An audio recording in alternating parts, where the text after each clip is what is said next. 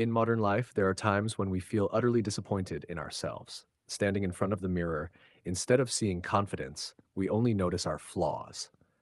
Some people hate themselves because of their appearance, others because of failures in study, work, or relationships, and some because of wrong decisions that have hurt themselves or others.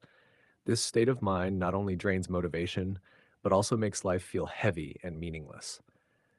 I've been there, feeling not good enough, undeserving, and worthless. And from those moments, I realized I had to change to find a way out of hating and disliking myself. One of the most common reasons people hate themselves is their appearance. Some feel insecure about their weight, height, skin, or facial features. I had a friend who, throughout high school, hated himself for being too fat compared to others. He always avoided taking photos, never dared to wear the clothes he liked, and even withdrew from social activities out of fear of being judged. But during that time, he realized that hating himself only made things worse. He started exercising, changed his diet, and more importantly, learned to accept himself throughout the process. After a year, not only did his body improve, but he also became more confident and lively. From his story, I understood that hating yourself for how you look doesn't make you more beautiful. It only delays the process of learning to love and improve yourself. Another reason people often dislike themselves is failure. Especially for perfectionists, every failure feels like a personal disaster. I once went through a long period of self hatred after failing an important exam. I felt worthless, ashamed of myself, and embarrassed in front of my family and friends. The feeling was so heavy that I began avoiding everyone, losing sleep, and losing interest in everything.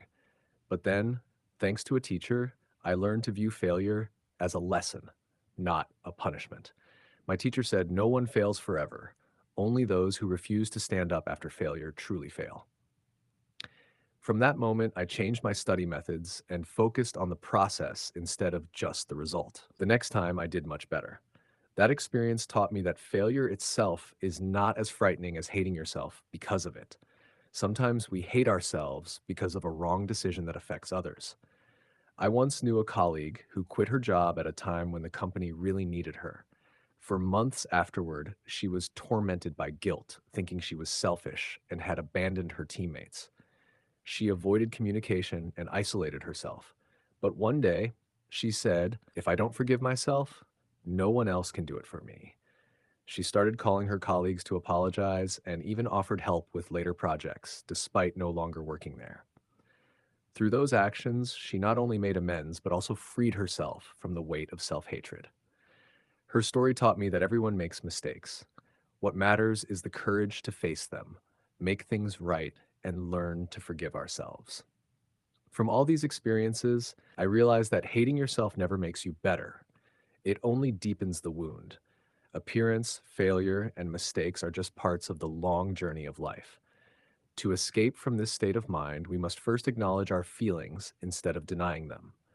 Then, we need to take positive action to change what we can and learn to forgive and accept what we cannot.